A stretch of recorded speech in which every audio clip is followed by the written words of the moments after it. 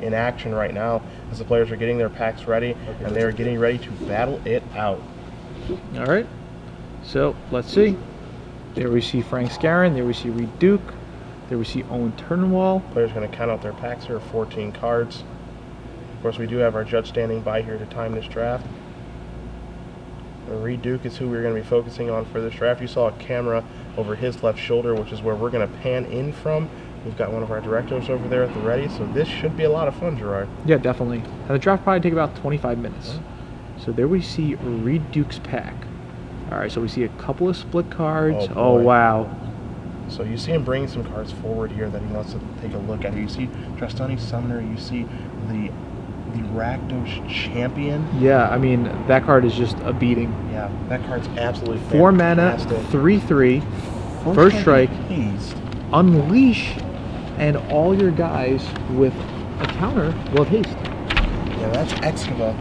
Yep. The Rakdos Blood Witch, and right now to me, as you see a Gilgate, you see a Lord Burst, you see a Profit Loss. I think for me, and that's what Reid's going to take too. Definitely. I think it's got to be that, right? I mean, that's the most powerful card in the pack. For sure. And it doesn't lock you into Rakdos, but it is certainly, if you're going to be in Rakdos, it's a good spot to be in. And Reid played Rakdos today. Yeah, he did. So maybe he's considered the Rakdos player on the team.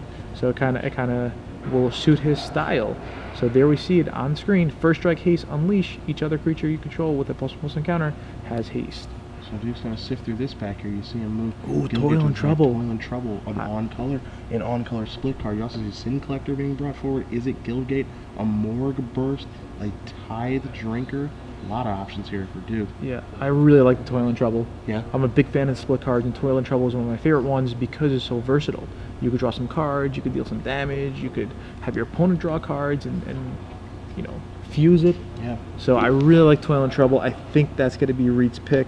I also see a Rakdos Drake there too that Reid's brought forward, but he is going to take Toil and Trouble. Yeah, okay. So far I'm agreeing with all of Reid's pick. There's only 2 so far. Both are kind of obvious, but I agree. I do agree. All right. Player's going to lay out the packs. I'm going to pass him over. Let's see what he has. Pick 3 for Reid. Here we go. All right. Let's see. Sin Collector. Showstopper. Renounce the Guilds. Deputy of Acquittals. Ooh. The Black Gatekeeper. Yeah, too. I like Black Gatekeeper. I like Down and Dirty. A lot of Sin Collectors in these packs. Yeah. How do you like the color combination of Jund in this format? I like Jund. Jund's pretty solid. I could see him taking Down and Dirty. I could see him taking the Black Gatekeeper. What are your thoughts here? It's tough. I mean, Down and Dirty, you know, it kind of pushes him one way, but it doesn't lock him into anything here because he can just play the downside and not worry about splashing the dirty side of that. So he does end up taking Down and Dirty. And I know that you're a big fan of these these Mind Rot type effects. So if that theory holds true, Purge or Profane Mind Rot, then Down is worth a card. Yeah, definitely. See, Rakdos Drake is a card that Reid moves towards the front. Cruel Cluestone, excuse me. The card that moves towards the front now too. Let's see. This is close right here. What do you think, Cedric? I mean, you see the Fairlands, you see the Rakdos Drake. I think, if I'm reading this right, you also see the Fatal Flumes, which is the -4/-2. Yeah. So that's a bit of a rule spell, but I really like Rakdos Drake. Yeah, Rakdos Drake is nice. Yeah, especially on this deck. He has Toil and Trouble already. He has the Lord, the Champion. So it fits into his curve pretty well right now as well. So now Reid's gonna take a look at the next pack here. See Catch and Release. See the Cluestone there. Yours off Cluestone. Profit and Loss is not that bad. It's close here. I'm a big fan of Profit and Loss. Although they did not play it today. They actually left it in their board. And he's going to take Profit and Loss. Okay. Yeah, I'm fine with that. Reid wants to keep his options open. So you know, he can move into red, black, white right now because he has the Profit Loss FP, but he also has the option to move into red, black, green, or just stay straight red, black. Sure, maybe Borzov, maybe Jund, maybe 4-color. So he's keeping his options open very nicely here, but it's all based around Excava, the Rakdos Blood Witch. Yes. That's kind of the base that Reid is working off of, and then he can branch out from there. Okay, so he sees a Maze Behemoth. Maze Behemoth, 6 mana, 5/4 trample. Multicolor creatures you control have trample. So, he takes the Guildgate. He takes his Azorius Guildgate. Okay. Interesting. Okay. So I'm a bit surprised to see that one be the one he selects there, but that's what he does take. So we're going to take a look at Look at this pack. You see Weapon Surge. You see the hidden, the Torturer. Yeah. You see Morgue Burst. Sure. Another Profit Loss is there as well.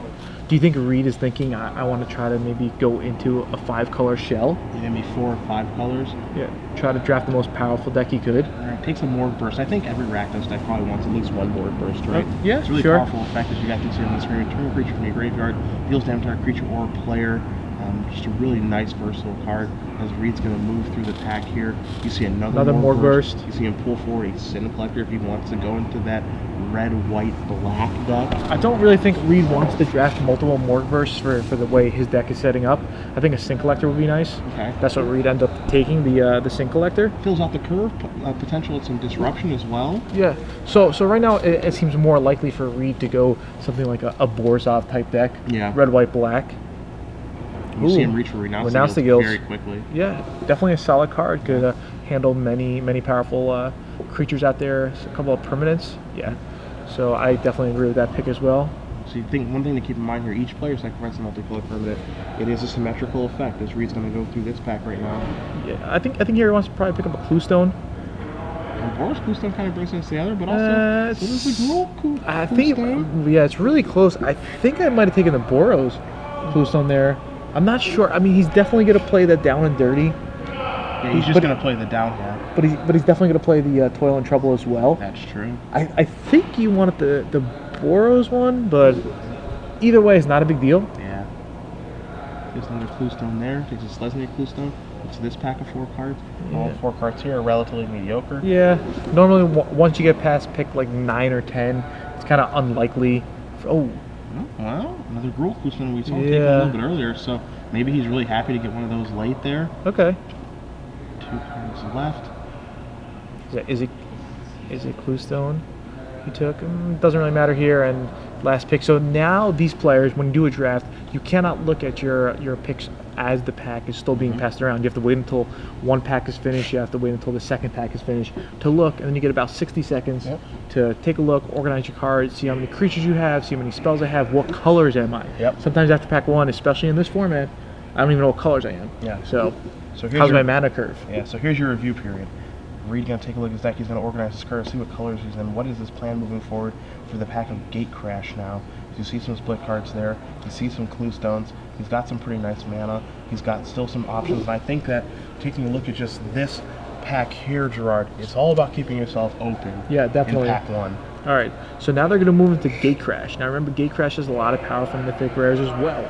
All right. There's Aurelia. There's Obsidian. You know. So 2 cards that Reid would much love to open because he pretty much could cast both of them. So let's see. Massive Raid, Shambles Shark, Ivy League Denizen, Hone Lightning. Ooh, Master Biomancer. So Master Biomancer is a bomb. Yeah, now you have to make a decision, right? Because the cards in this pack, none of them are, a home run for you. There is a Hone Lightning, and that card probably got a little bit better because it is, again, 4 mana, 4 damage. Yes. In a slower format. It's a premium removal spell. The Master Biomancer is a bomb. premium creature. That is a bomb. I'm almost certain Reid's going to take this Master Biomancer here. It's just such a powerful card. It's only the second pack. Reid could easily pick up some more Guild Gates. He already has the Azorius Guild Gate just in case he ends up going, blue and white as well. Yeah. So there it is, Master Biomancer, a mythic rare, Elf Wizard. It's a 2/4, but pretty much it also works really nice with Scavenge. Yeah. So this thing does everything you could hope for it to do. So now Reid's going to look through this pack here. Blind Obedience. You see the Zarhar Shrine, or Swine, excuse me. There's Coca-Cola, like you like to call it. I think you should take Coca-Cola here. You want to take Krakenora? Yeah, Krakenora. Yeah, I would take Krakenora. I like Krakenora because you have to think. So far, Reid has a lot of powerful cards, and his deck's going to get more and more powerful. You want to make sure you have a nice curve, a nice defense. I don't really like the Swine here, to be honest. I mean, if I'm Reid here, I really like taking the Swine. I think the Swine is the most powerful of the cards here. And that's the thing that's most important to me. Okay. Because it looks like he's trying to move into Jund here. Sure. Like Jund splash the Biomancer? Yeah, that's possible here. Okay. See Wormline Infantry, Blade Trust Spy, Shadow Sluice.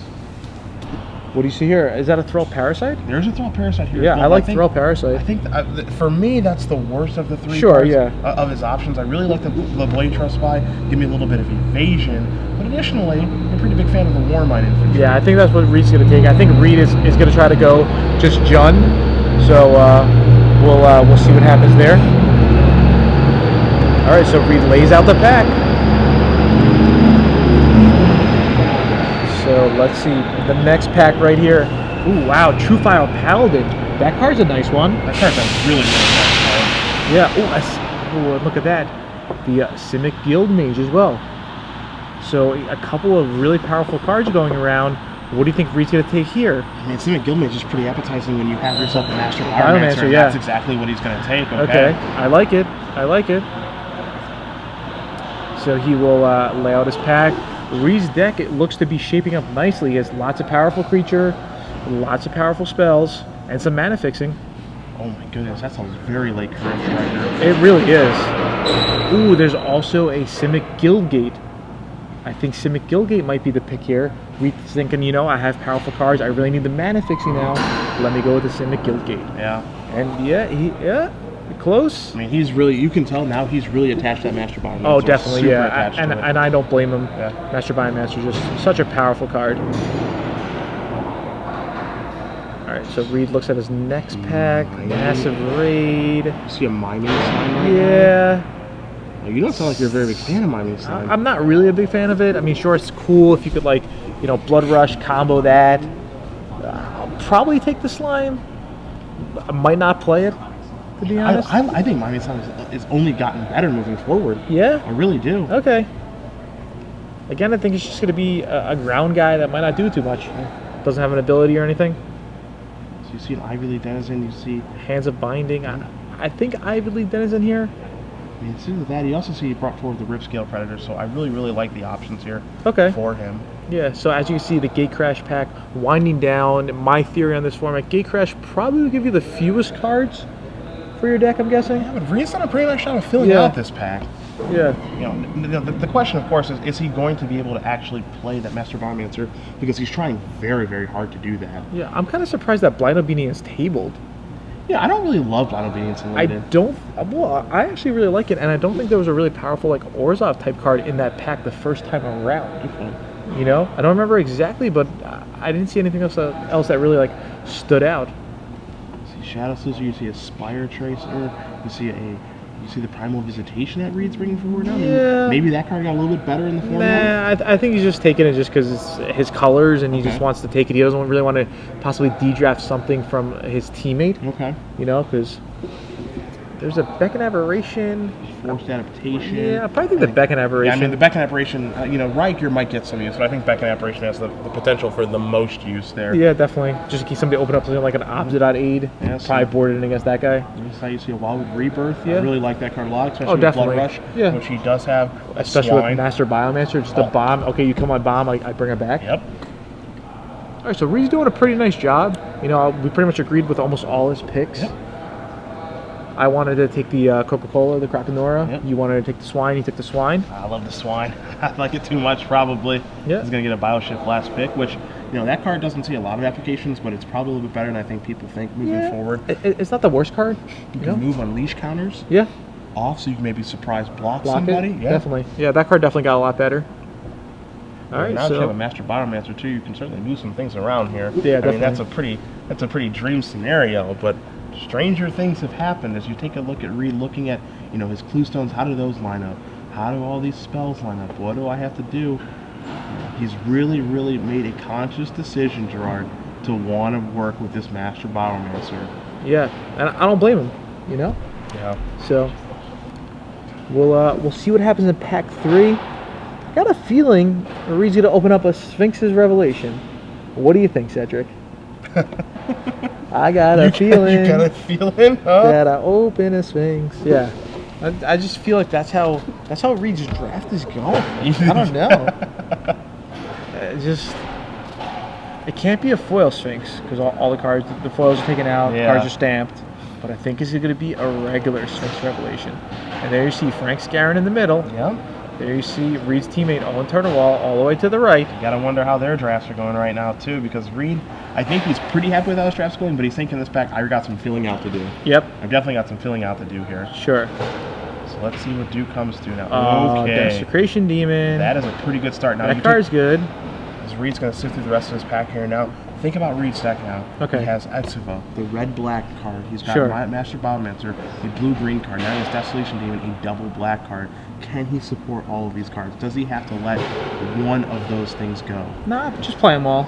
Yeah, just play a super powerful deck and hope the mana works out? Yeah, I mean, pretty much Reid probably has, going into this pack, a solid 16 or 17 cards for his deck. Okay. Sure, some might be slight fillers, but he has Clue Stones, so he only really needs to pick up 4, 5, 6 more cards, and then he could just focus on all the guild gates. He can start focusing on guild gates.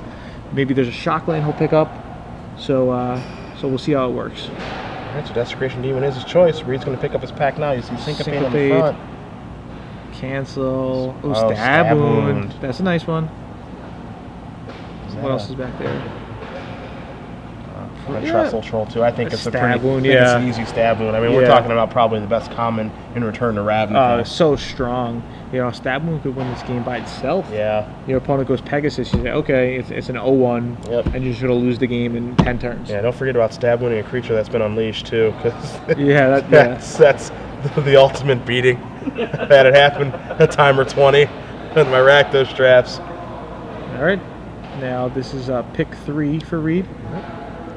So far he took a Desecration Demon and a Stab Wound. Sluiceway Scorpion he takes a look at here. Ooh, he's a Dead Reveler, also a Splatter Thug. Now, the thing that makes it kind of tough is because Dead Reveler and Splatter Thug, they come together in the same common Yes, run. they do, yeah. So got very used to that when I was drafting Rakdos at plenty of events. And he also got the Sluiceway Scorpion aside from as well. Yeah, but I think he's going to take the Dead Reveler because he's heavier black. Yeah. He's starting to dip out of red a little bit. Yeah. The red might be a splash for him. He might let red go altogether. Nah, I think he'll probably keep red because he has 2 of those Gruul Clue Stones. Okay. And he also has the Swine, and obviously he has the rare that he got from Dragons and Maze. Okay.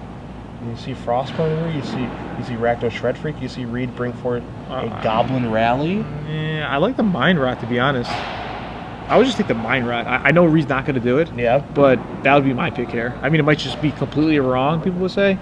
And maybe it is wrong, but just take Mind Rot. It's going to take Roosevelt Rhino. Yeah, I don't really like that card. That card's kind of a stinker, I think. I think, it potentially got a little bit better now.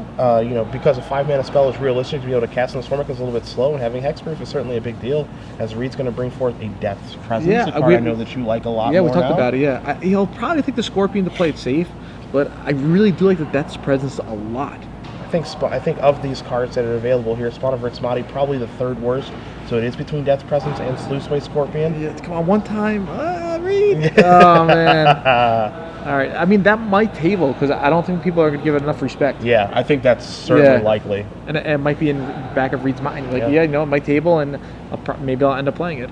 So Reid's going to pull forth a Centaur Healer. You see a Deviant Cleave, but that's not really what his deck's looking for. Don't know if the format calls for such an extreme aggressive card anymore. Yeah. Spawn of Rixmati and Centaur Healer look to be what Reid's deciding between. Yeah, that card really lost a lot of its power. So there is this Centaur's Herald. Definitely agree with that pick. Reid's drafting really solid. Yeah. We actually saw Reid draft Cube at the Players Championship earlier this year. Yep. So we get to see him again on camera, which is pretty nice. See, is it Keyrune here is the first card that Reid pulls forward? I kind of like the Is it Keyrune. I think it's going to help him a lot for his deck. Yeah, because his 2 best cards arguably are the Master Biomancer and the Excava, the Rakdos Blood Witch. That helps cast both of those cards. Yeah, definitely. I think he actually has a Is it Clue Stone. I think we misspoke. I think he has 1 Is it Clue Stone and one Gruul, one Gruul Crew Stone. I also think that Trestle Troll is a pretty major table here that he hit. Lets him play defense, get everything set up, get his mana online, start to let Master Biomancer take over. I think that's a pretty crucial Trestle Troll that Reid just got. Is this the pack with the Death's Presence, or is it the next one? I think we're one more away. Next one, right? Yeah, I believe so. You see Catacomb Slug here for Reid. Axebane Stag. I think he's probably gonna go big or go home and take himself the old Staggeroo. Yeah, none of those cards are gonna make the deck. Yeah, I'd be surprised to see Axebane make it. Just kind of for show here. Oh, the Shred Freak. Yeah, so there's the Mind Rot as well. Yeah, no, I think Death's Presence is the next pack. I think it may be the next pack. Yeah. Trying to kind of losing track of it here, but I like to pick up Mind Rot there over Shred Freak. Yeah, definitely. I'm not a big Shred Freak fan of this format. 2-1. I mean, that's not going to do anything. So it's a Robelt Rhino, so no Death's Presence here. Yeah, don't really like the Rhino still. I mean, I think there's a chance Reid ends up playing 1. I think maybe Owen might talk him out of it. As Reid's going to take a look at those 3 cards there. Takes the Steed. Steed doesn't really going to do much for him. Horncaller's Chant, unlikely to be playable here. And then his final card, we'll take a quick look at it. And it is a Bellows Lizard, so not a home for that card either. So the players are done drafting, and now they're going to get to work on building overall. Yeah. I think a pretty solid draft there for Reid. Yeah, definitely. I think they're going to have about a half-hour break to build their deck. Yeah. I believe. So that's going to take some time, too.